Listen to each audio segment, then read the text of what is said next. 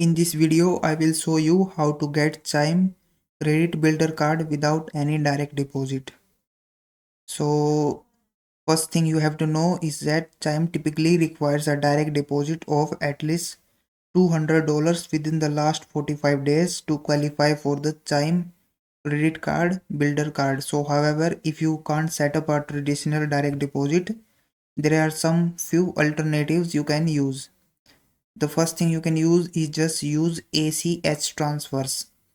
You can transfer funds to your Chime accounts from another bank account, which may be recognized as a direct deposit.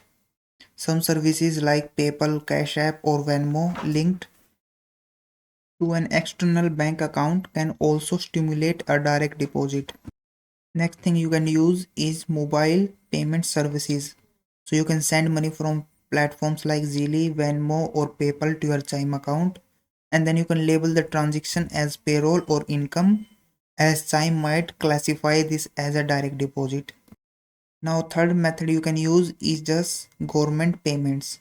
So you can receive payments like social security, unemployment benefits, or other government distributions into your Chime account, or and then Chime might this also recognized as a direct deposit.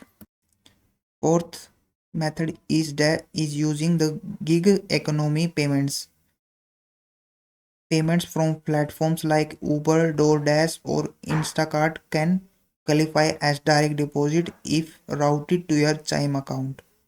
The last thing you can use is employer processed payment. You can ask your employer to send a one-time deposit or reimbursements through ACS transfer to your Chime account.